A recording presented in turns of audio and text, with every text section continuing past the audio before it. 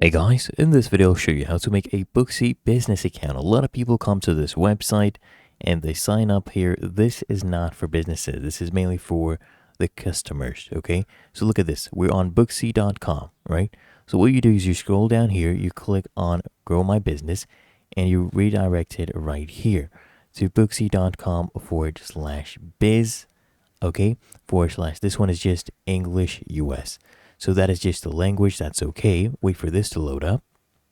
As you can see right here, it is biz.booksy.com. And then you can click here on start free now. You can try for free, by the way. So you click there and then it takes you to this sign up page. As you can see, now we can go ahead and make a Booksy business account. So here you can go ahead and enter your email address, continue with email, or you can continue with Google as well. This is also an option for those people who want it to be much faster.